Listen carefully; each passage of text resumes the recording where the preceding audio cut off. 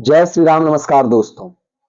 ईश्वर की कृपा अथवा ईश्वर की प्राप्ति क्या वास्तव में ये एक बहुत कठिन मार्ग है?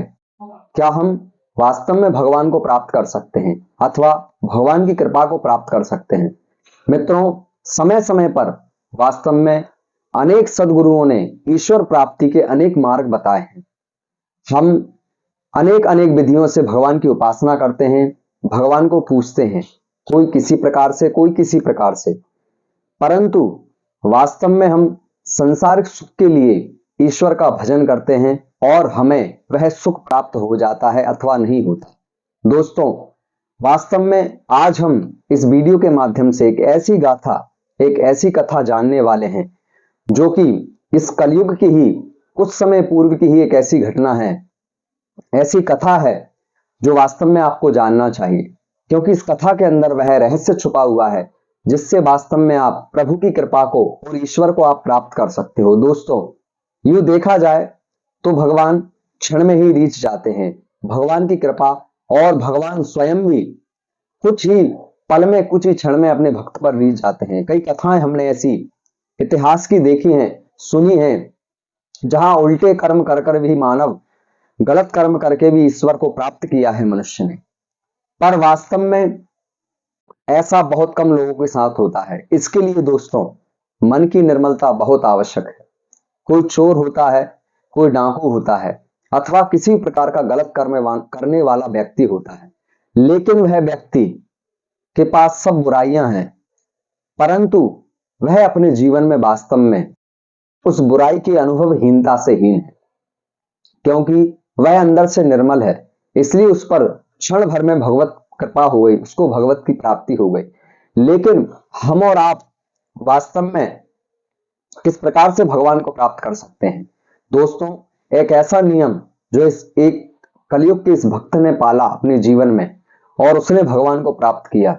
जी हाँ मित्रों, एक सत्य घटना इस कलयुग की आज इस वीडियो में हम बताने जा रहे हैं। दोस्तों, ये एक जीवन गाथा एक ऐसे भक्त की है जो ठाकुर जी का परम भक्त स्वामी श्री कृष्णदास जी महाराज, उन्होंने कहीं किसी कथा में, जिस प्रकार से आप इस वीडियो में सुन रहे हैं, कहीं किसी कथा में जाकर के उन्होंने बैठ करके, व्यास जी महाराज एक भागवत प्रवचन कर रहे थे, वहां महाभारत की जब कथा आई तो उन्होंने महाभारत के अनुशासन पर्व में एक कथा सुनाई कि भक्त किसी भी एक, जहां व्यास जी, वेद व्यास जी महाराज ने उसमें लिखा कि महाभारत में ऐसा लिखा हुआ है कि कोई भी भक्त, कोई भी मानव यदि ईश्वर को प्राप्त करना चाहता है तो उसके लिए एक व्रत है, एक संकल्प है।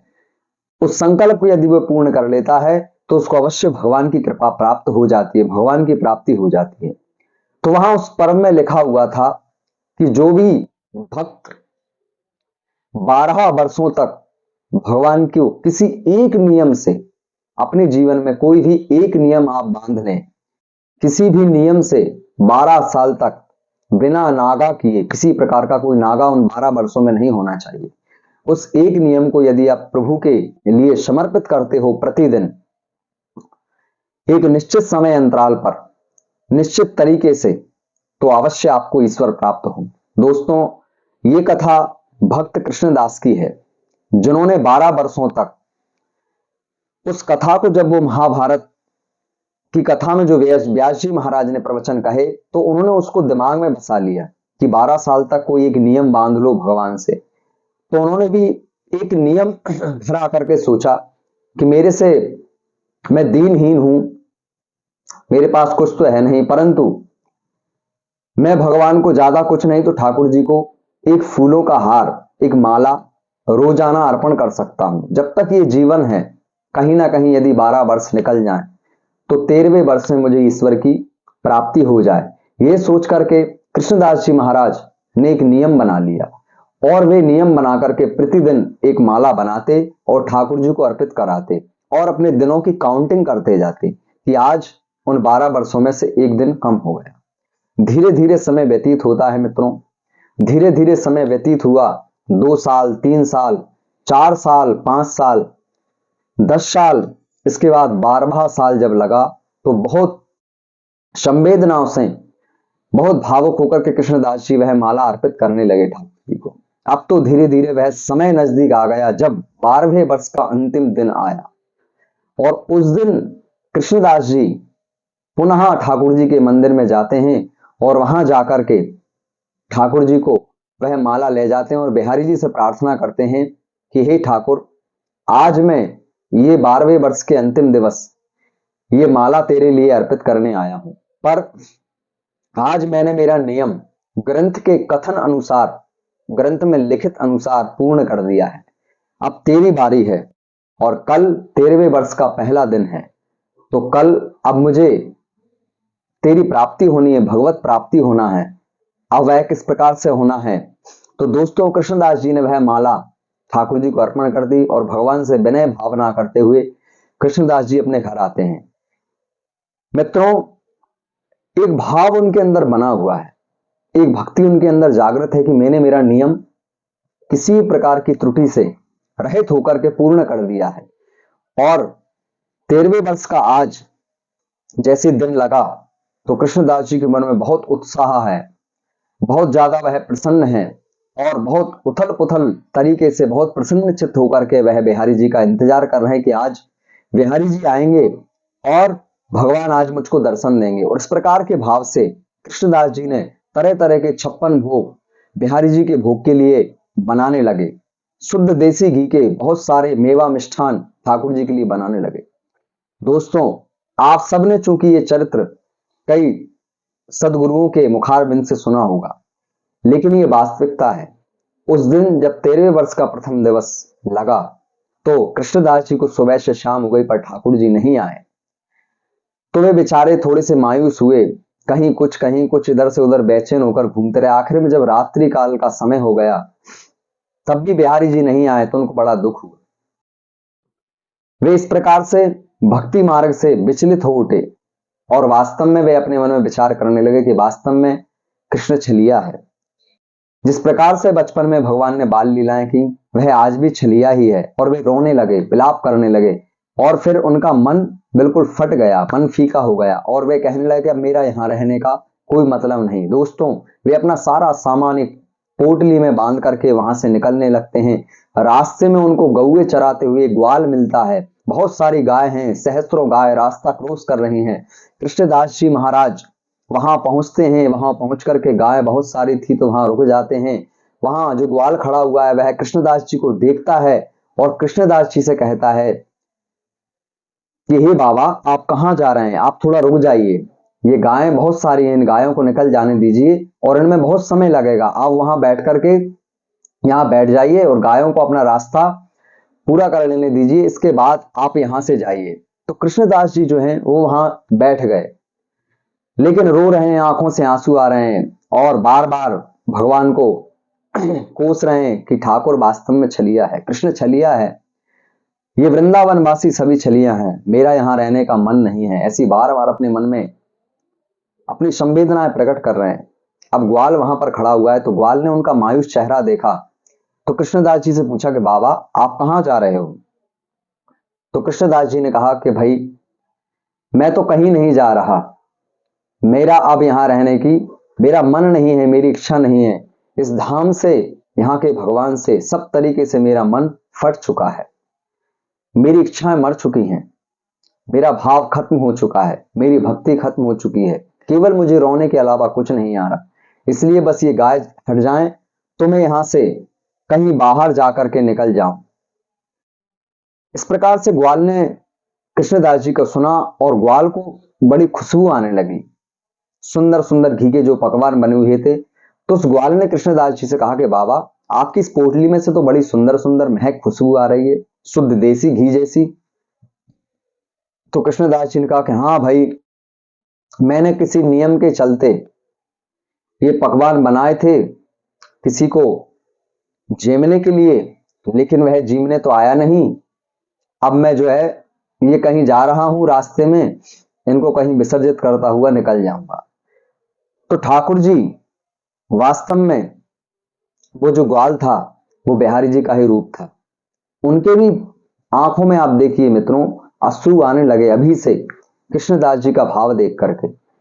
और वे कहने लगे कि बाबा आप कहीं क्यों विसर्जित करते हैं, कुछ थोड़ा बहुत हमें चखा दीजिए।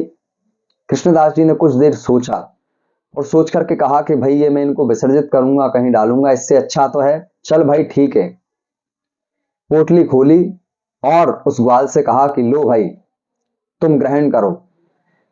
अब लेकिन ठाकुर जी जो थे ग्वाल के भेष में, उन्होंने उनके जो हाथ थे वो गोबर से, गऊ के गोबर से लिपटे हुए थे। तो उन्होंने कृष्णदास जी से कहा कि बाबा मेरे तो जो हाथ ये हैं, ये हाथ जो हैं ये इस गोबर से लिपटे हुए हैं, तो बाबा आप मुझे थोड़ा थोड़ा सा अपने हाथों से ही पवा दीजिए। तो कृष्णदास जी फिर तेज रोने लगते हैं और कहने लगते हैं, कोसने लगते हैं कि आप सब लोग यहाँ के छलिया हो, ये वृंदावन वासी सभी छलिया हैं, जैसे ठाकुर छलिया उसी प्रकार से तुम छलिया। लेकिन जैसे तैसे कृष्णदास जी एक ग्रास लेकर के और जैसे ही उस ग्वाल के मुख में देने लगे तो ठाकुर जी वहां प्रकट हो गए और बहुत तेज रोने लगे।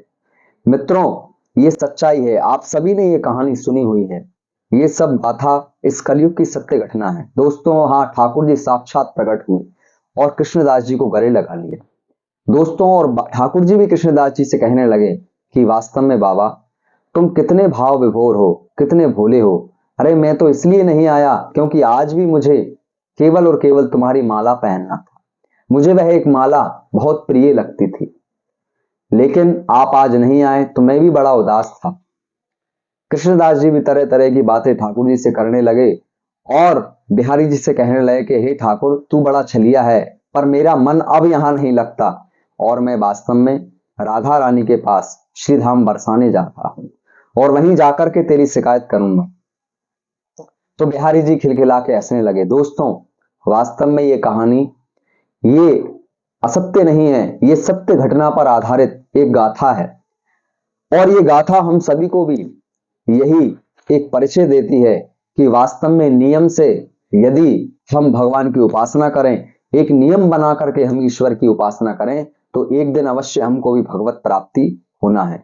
दोस्तों इस संपूर्ण वृतांत का, संपूर्ण कहानी का सार केवल यही है कि वास्तव में यदि मानव ईश्वर की कृपा को या ईश्वर की प्राप्ति करना चाहता है तो उसके अपने जीवन में एक नियम अवश्य बनाना हो। आप भगवान सूर्य नारायण को अर्घ्य देते हैं तो वह नियम से होना चाहिए, कहीं भी उसमें त्रुटि ना हो किसी प्रकार से। चूंकि ये समय बहुत विकट है, कलयुग का समय है, बहुत सारी समस्याएं, बहुत सारी विडंबनाएं मानव जीवन से जुड़ी हुई हैं, लेकिन उस नियम को हम जहां तक बने तहां तक तो सूक्ष्म समय के समय ही, सूक्ष्म समय के लिए ही हम उस नियम को पूर्ण कर लें दोस्तों। और मैं आपको विश्वास दिलाता हूं कई ग्रंथों में ऐसा लेख है, आप कितने ही अनुष्ठान जब तक यज्ञ आदि करवा लीजिए, लेकिन यदि वास्तव में नियम का अभाव आपके अंदर नहीं है तो आपको भगवत प्राप्ति और भगवत की कृपा प्राप्ति नहीं हो सकती।